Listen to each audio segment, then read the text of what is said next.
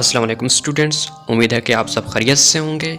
जैसा कि आप जानते हैं कि अक्सर स्टूडेंट्स का ये ड्रीम होता है कि वो डॉक्टर बने, तो इसके लिए वो मैट्रिक के बाद एफएससी को चूज़ करते हैं।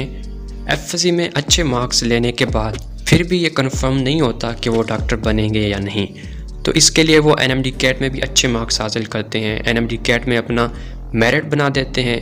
एट लास्ट उनका मेरिट लिस्ट में नाम आ जाता है। जब उस स्टूडेंट का जिसका ड्रीम था डॉक्टर बनना, जब उसका मेरिट लिस्ट में नाम आ जाए तो उसकी खुशी किस तरह होगी सिर्फ वही स्टूडेंट या उसके घर वाले जान सकते हैं।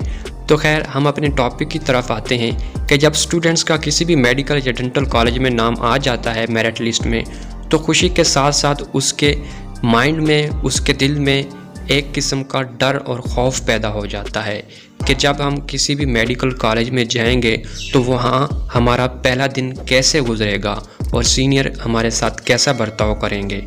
तो इस खौफ और डर को रैगिंग कहते हैं। तो आज की इस वीडियो में हम आपको बताएंगे कि रैगिंग क्या है और आप इस रैगिंग से किस तरह बच सकते हैं। आपके साथ ऐसे तरीके शेयर करेंगे कि अगर आपने उनको फॉलो किया तो आप 90% रैगिंग से बच जाएंगे। इन केस अगर आप किसी सीनियर के हत्थे चढ़ भी जाते हैं तो फिर आपको क्या करना चाहिए कि आप की रैगिंग कम से कम हो। तो आपके साथ ये सब कुछ शेयर करेंगे, लेकिन उससे पहले आपसे एक छोटी सी रिक्वेस्ट है कि अगर आप मेरे इस चैनल पर फर्स्ट टाइम आए हैं तो मेरे इस चैनल को सब्सक्राइब करते जाएं और बेल आइकन को भी प्रेस करते जाएं।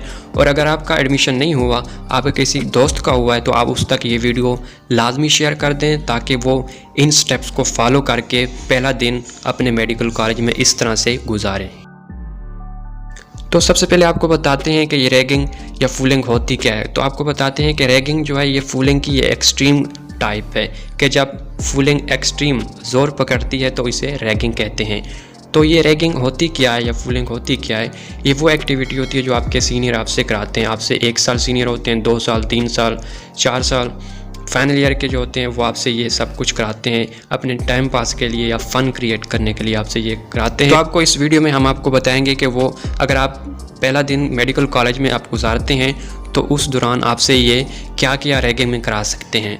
तो आपको ये सारा कुछ बताएंगे कि कौन कौन से काम सीनियर आपसे करा सकते हैं। तो आप इसके लिए वीडियो को लाजमी देखिएगा, वो काम भी जो सीनियर कराते हैं वो भी आप, इसके अलावा इन रैगिंग से कैसे बचा जा सके ये भी आपने लाजमी देखना है। वीडियो को एंड तक लाजमी देखिएगा, वीडियो लेंथी हो सकती है। सबसे पहले मैं आपको बताता चलूँ, रैगिंग या फूलिंग के नुकसानात बहुत कम है लेकिन इसके फ़ायदे बहुत ज़्यादा हैं। इस चीज़ को मैं एंड पे प्रूव भी करूँगा, लेकिन सबसे पहले आपको बताता हूँ कि सीनियर आपसे क्या करा सकते हैं। वो आपको कह सकते हैं कि आप मुर्गा बन के चलो। नंबर 2 पे कह सकते हैं कि अपना इंट्रोडक्शन दो एक ही लैंग्वेज में, वो कोई भी लैंग्वेज हो सकती है, इंग्लिश हो सकती है, उर्दू हो सकती है, पंजाबी हो सकती है, सराइकी हो सकती है, लेकिन सिर्फ उसी लैंग्वेज के वर्ड्स जो है वो यूज़ करने हैं। मोस्टली होता ऐसे है कि स्टूडेंट्स कहीं ना कहीं किसी दूसरी लैंग्वेज का जो वर्ड होता है वो यूज़ करते हैं, जिसकी वजह से वो उधर ही फंस जाते हैं और उनसे ज़्यादा सीनियर रैगिंग कराते हैं। नंबर 3 पे ये है कि सीनियर आपसे कह सकते हैं कि आप कॉलेज में, पूरे कॉलेज में ना उल्टा ओवरऑल पहन कर आप घूमो, चक्कर लगाओ पूरे कॉलेज का। नंबर 4 पर वो आपसे दौड़ लगवा सकते हैं। नंबर 5 पर वो आपको कह सकते हैं कि कैफ़े में या कॉलेज में किसी भी लड़की से आप पैसे मांग कर लाओ, या आप किसी भी सीनियर को, अपने सीनियर को टी के लिए, चाय के लिए उससे इनवाइट करो या उससे उनका नंबर लो। नंबर 6 पे वो आपसे ये कह सकते हैं कि आप किसी भी दरख्त के साथ, उसके साथ अपनी मोहब्बत का इजहार करो या उसके साथ डांस करो। या इसके अलावा अगर आप कैफ़े में चले जाते हो गलती से, तो वहाँ पर अगर आपको सीनियर पकड़ लेते हैं तो वो आपसे कहते हैं कि आपने ऊंची आवाज़ में कहना है कि ये हॉस्टल या ये कॉलेज या ये कैफ़े मेरे बाप का है या ये मेरा है।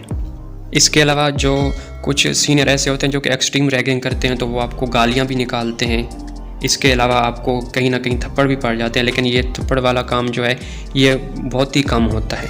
इसके अलावा एक और मज़े की बात ये है, 9वें नंबर पर यह है कि वो सीनियर आपसे कहते हैं कि आप कोई ऐसी जोक सुनाओ जिससे हमें हंसी है।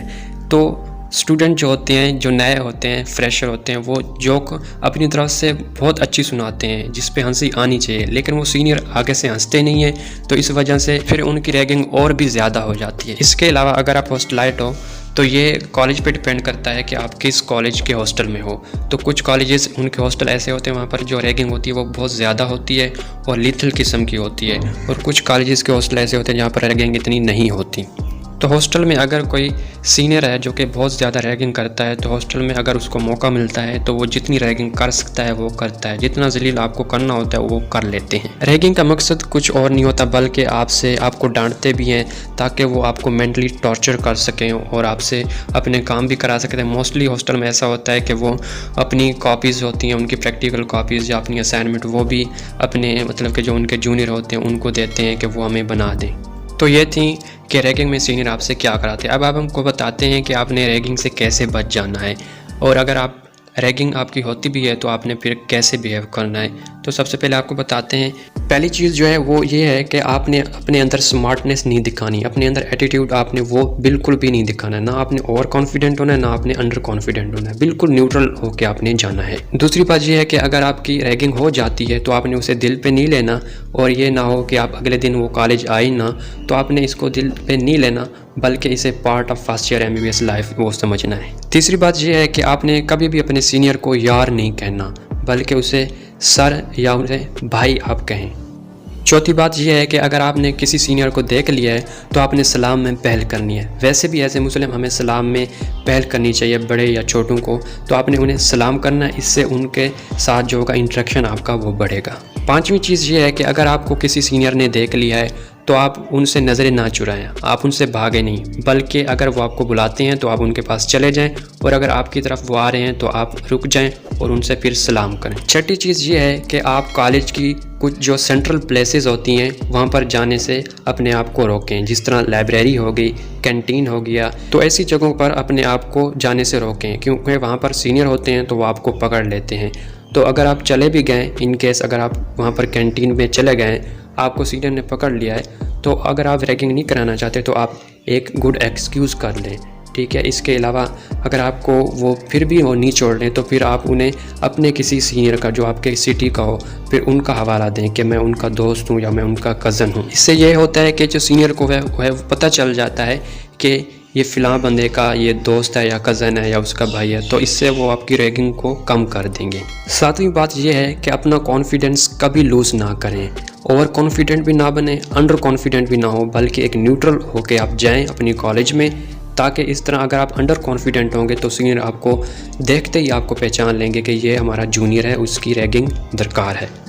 आठवीं चीज़ ये है कि अपने कॉलेज में या कैंटीन में अकेले ना जाएं, बल्कि एक ग्रुप की सूरत में जाएं। अगर ग्रुप की सूरत में होगे तो आपकी अगर वो सीनियर पकड़ भी लेते हैं आपके ग्रुप को तो फिर भी आपके हिस्से में रैगिंग जो होगी वो कम आएगी, थोड़ी आएगी। नौवीं चीज़ जो है वो ये है कि अगर आपकी पहले किसी सीनियर ने रैगिंग की है तो आप दूसरी मरतबा कोई और सीनियर कर रहा है तो आपने वो पहले वाले सीनियर की उसके सामने आपने कंप्लेंट नहीं करनी। 10वीं चीज़ ये है कि अगर कोई सीनियर आपको अपने हॉस्टल बुला रहा है या फिर कॉलेज में ही आपकी बहुत ज़्यादा रैगिंग कर रहा है, आप जिस तरह उसने रैगिंग की है आपको काम बताएं, आप वो करते जा रहे हैं लेकिन फिर भी वो आपको नहीं छोड़ रहा, 30 मिनट हो गए, घंटा हो गया, तो फिर आप जो कॉलेज की जो हायर अथॉरिटीज़ होती हैं, एंटी रैगिंग सोसाइटीज़ भी होती हैं, आप उनको इन्फॉर्म कर दें। तो स्टूडेंट्स ये 10 बातें थी, आप ये उन स्टूडेंट्स तक लाजमी पहुंचा दें जिनका अब मेडिकल या डेंटल कॉलेज में एडमिशन एक्सपेक्टेड है, ताकि वो ये काम लाजमी करें और रैगिंग से बच जाएँ। तो एंड पर मैं आपको बताता हूँ कि इस रैगिंग या फूलिंग का फ़ायदा क्या होता है। मोस्टली होता ऐसे है कि ऐसे स्टूडेंट्स जो कि डे स्कॉलर होते हैं तो वो रैगिंग से भागते हैं कि सीनियर कहीं हमें पकड़ ना ले, लेकिन इसके अलावा जो पेरिफेरी से आते हैं स्टूडेंट्स तो वो रैगिंग करा चुके होते हैं, तो फिर वो बिला खौफ कॉलेज में घूमते हैं फिरते हैं, और इसके अलावा उन्होंने सीनियर से रैगिंग कराई होती है जिसकी वजह से उनका इंटरेक्शन जो होता है वो सीनियर से वो ज़्यादा होता है। आपको बता दूं कि MBBS में टीचर से, प्रोफेसर से ज़्यादा आपकी सीनियर्स हेल्प करते हैं। वो आपको बताते हैं कि इस चैप्टर को करना है, इस चैप्टर को स्किप करना है, ये लॉन्ग क्वेश्चन है, SQs हैं। तो इस तरह एंड पे, साल के एंड पे जब आप अपने पेपर की तैयारी करते हो तो उस वक्त आपको रियलाइज़ होता है कि वो जो स्टार्टिंग वाले डेज़ थे वो बहुत ही अच्छे थे, फ़न वाले डेज़ थे, और इससे हमें सीनियर्स के साथ इंटरेक्शन भी हमारा बढ़ा, जिसकी वजह से हमारी पढ़ाई में, हमारी स्टडी में बहुत हेल्प हुई। तो स्टूडेंट्स आपको ये कैसी लगी वीडियो? अगर वीडियो अच्छी लगी हो तो इस वीडियो को लाइक कर दें, और मेरे इस चैनल पर अगर आप फर्स्ट टाइम आए हैं तो मेरे इस चैनल को भी सब्सक्राइब करते जाएं, ताकि मज़ीद NMD कैट से रिलेटेड और एजुकेशन से रिलेटेड अपडेट्स जैसे ही अपलोड होंगे वो आप तक फौरी पहुँचेंगी। शुक्रिया, अल्लाह हाफ़िज़।